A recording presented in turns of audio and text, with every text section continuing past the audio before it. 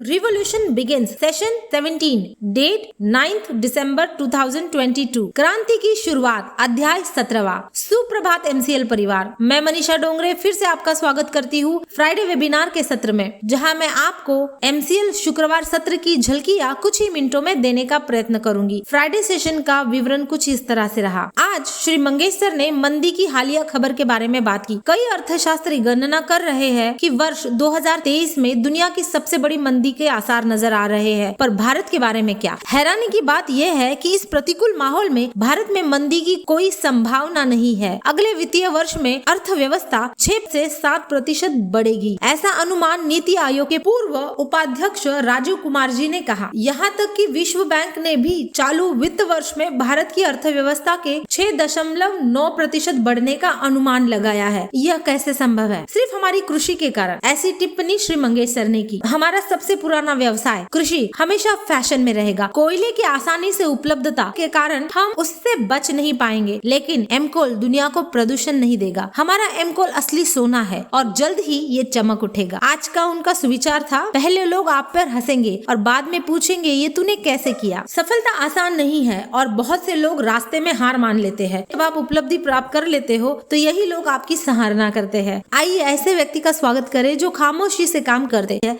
लेकिन आपकी उपलब्धियां शोर मचाती है। शांत और निश्चित स्वभाव ही शायद आपकी उपलब्धियों की कुंजी हो। इन्हीं शब्दों के साथ उन्होंने प्राची मैम का स्वागत किया। सुश्री प्राची मैम, आज मैम ने बहुत ही सरल शब्दों में एक पेचीदा विषय पर बात की, वो था पान मसाला। हमने पान मसाले के विज्ञापन देखे हैं और कभी कभी इनमें 1 या 2 नहीं बल्कि 3 बड़े फिल्मी सितारे होते हैं जो लगभग 8 से 10 करोड़ रुपए लेते हैं। 30 सेकंड के विज्ञापन के लिए 30 करोड़ रुपए। भारत का बिस्कुट उद्योग सभी खाद्य उद्योगों में बड़ा है और इसका कारोबार लगभग 3000 करोड़ रुपए का है। लेकिन रुकिए जरा, भारत में पान मसाले का बाजार 2022 में 43,410.2 करोड़ इतना पहुंच गया है। यह बाजार 5 साल में तकरीबन 53,000 करोड़ से भी ज्यादा बढ़ जाएगा। भारत पान मसाला निर्यात भी करता है। पान मसाले के सबसे बड़े 3 आयात करता है संयुक्त अमेरिका, संयुक्त अरब अमीरात और भूटान। आइए इसी कहानी का दूसरा पक्ष भी देखते हैं। भारतीय रेलवे अपने परिसर में खासकर पान और तंबाकू के थूक के दागों को साफ करने के लिए सालाना लगभग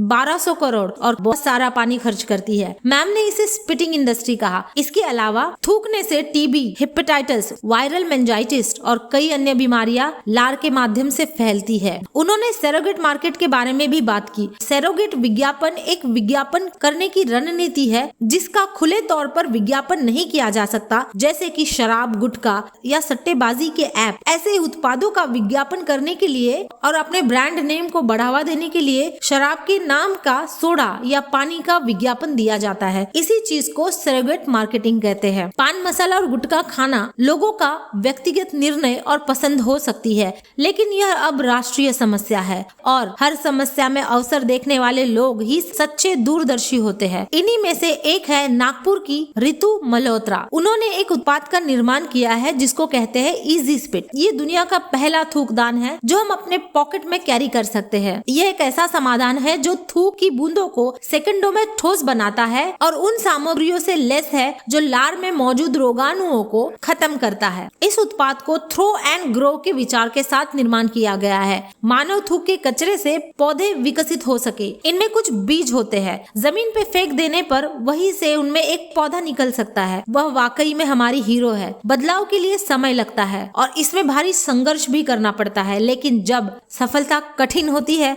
तो उसकी उपलब्धि भी सबसे बड़ी होती है। इसी के साथ उन्होंने श्री डॉक्टर श्याम सर का स्वागत किया। डॉक्टर श्री श्याम घोलप सर, उन्होंने आते ही आवश्यक प्रश्न किया कि हर कोई व्यायाम कर रहा है और अपने परिवार और अपने खुद के स्वास्थ्य की अच्छी देखभाल कर रहा है कि नहीं कर रहा है। इसी के साथ उन्होंने अपना सत्र शुरू किया। उन्होंने कहा, याद रखें कि हमने शुरुआत क्यों की। हम अपने दिमाग के सभी विचारों पे अमल नहीं करते, पर क्या आपको पता है 3000 में से सिर्फ सिर्फ एक उद्यम ही सफल हो पाता है, तो क्या इसके लिए सरकार जिम्मेदार है? नहीं, आपकी सफलता सिर्फ आपकी प्रतिबद्धता पर निर्भर है। चुनौतियां तो पहले दिन से आती है, हम इससे कैसे निपटते हैं यही आपको सफलता या असफलता दिलाती है। हार मानने से पहले एक बार जरूर सोचिए कि हमने शुरुआत क्यों की थी। उन्होंने स्वामी विवेकानंद जी को भी याद किया। स्वामी विवेकानंद जी का विचार था कि एक बार जब आप कोई चीज सोच लेते हो तो आप उसे अपनी जिंदगी बना लो और अपने अस्तित्व से उसे जिए, और आप देखेंगे कि एक दिन यह सोच सच में बदल जाती है। भारत में सबसे बड़ा नशा, विकसित देश अपने संसाधनों का सही उपयोग करते हैं,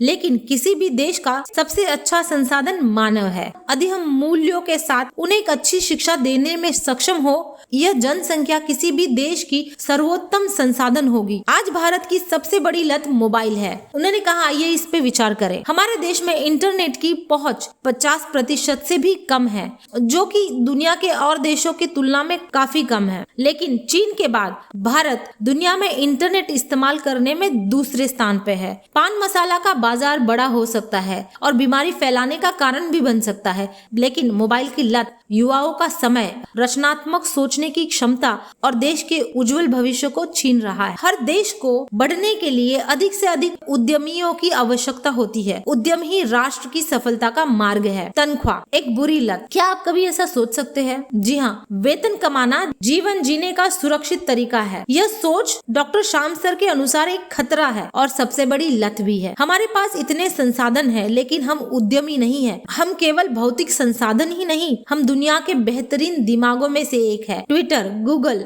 नासा में बड़े पदों पे, बड़े पैमाने पे भारतीय है जो संगठन का प्रबंधन करते हैं। कितनी विडंबना है कि एक संसाधन संपन्न दिमाग सिर्फ सेवा करना चाहता है और मालिक नहीं बनना चाहता। हमारी सभ्यता के पूरे समय हम उद्यमी थे। फिर ब्रिटिश राज के समय में ऐसा क्या हुआ? उन 400 साल में हमें तनख्वाह की लत लग गई। अब हम बस यही चाहते हैं कि दूसरे लोग हमारे जमीन पे आए, व्यापार करें और हमें केवल तनख्वाह दे ताकि हम सुरक्षित महसूस कर सके। हम यही नहीं रुकते। अगर हमें लगता है कि हमारा देश हमारी प्रतिभा को नहीं पहचानता, तो हम वीजा निकालते हैं, दूसरे देशों में जाकर नौकरी करते हैं और उनकी सेवा करते हैं। डॉक्टर साहब ने कहा, यह क्या सोच है। आगे उन्होंने जापान का उदाहरण दिया। हमें जापान से सीख लेनी चाहिए। उनके पास प्राकृतिक संसाधन नहीं है और बदकिस्मती का सिलसिला यही नहीं रुक जाता। जापान भूकंप की दृष्टि से सर्वाधिक संवेदनशील क्षेत्र है, लेकिन आज सबसे ज्यादा बिकने वाली कारें जापान की है। Suzuki, Toyota, Honda, Nissan. हैरानी की बात यह है कि इस देश में कोई कच्चा माल नहीं बनता। 1945 में जापान पूरी तरह से खत्म हो गया था। विस्फोट के बाद पूरी तरह से टूट गया था, लेकिन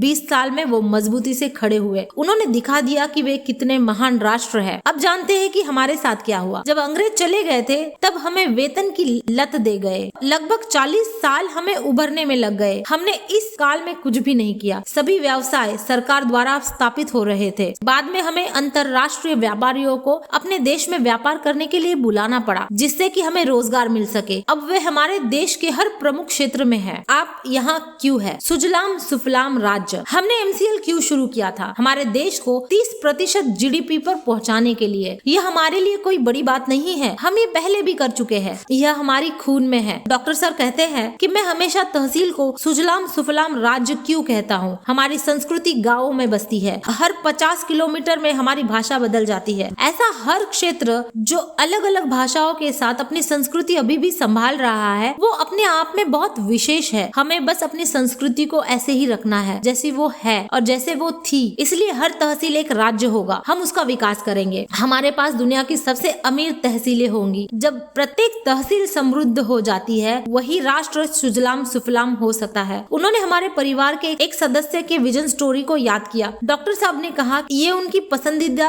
कहानियों में से एक है कि एक दिन आएगा जब किसानों के दरवाजे पे उसकी खुद की BMW कार खड़ी होगी। तहसील में अर्थव्यवस्था। हम क्या कर सकते हैं? हम 300 करोड़ के उत्पाद निर्माण कर सकते हैं और जब वो बिकेंगे तो वो तकरीबन 30,000 करोड़ की अर्थव्यवस्था में बदलेगी। कैसे? हमने इसे पहले भी किया है। हमारी संरचनाएं और अवशेष इसकी कहानी कहते हैं। हमें बस स्मरण करने की जरूरत है। एक बिजनेसमैन की तरह सोचिए। प्रत्येक ग्राम पंचायत में 75,000 करोड़ का रेवेन्यू हो सकता है। हर तहसील में औसतन 50 से 100 ग्राम पंचायत होती है और प्रत्येक ग्राम पंचायत में कुल कृषि भूमि औसतन 650 हेक्टेयर होती है। इसका 20% यानी 130 हेक्टेयर में हम नेपियर की खेती करेंगे। अगर हम 500 टन नेपियर प्रति हेक्टर भी उगाते हैं तो भी 65,000 टन का वार्षिक उत्पादन होगा और इससे हम एमकोल और एमबीई परियोजना दोनों चला सकते हैं। 60% भूमि जैविक कृषि उत्पाद के लिए हम इस्तेमाल कर सकते हैं। इसका बहुत बड़ा बाजार है। अब बची 20% भूमि यह हमारे सहजीवी मित्रों के लिए होगी जो वन्य जीवन और आरक्षित वनों के लिए है। शहरी उत्पाद, चीन हमें छोटी सुई से लेके बड़ी मशीन तक बेच रहा है। हम खुद ही ये कर सकते हैं। हमारे पास उत्पादन करने की क्षमता है। भारत सबसे बड़ी अर्थव्यवस्था होगी। उन्होंने कहा, यह न तो कोई सपना है और न कोई बड़ी बात है। सभी व्यवसायों का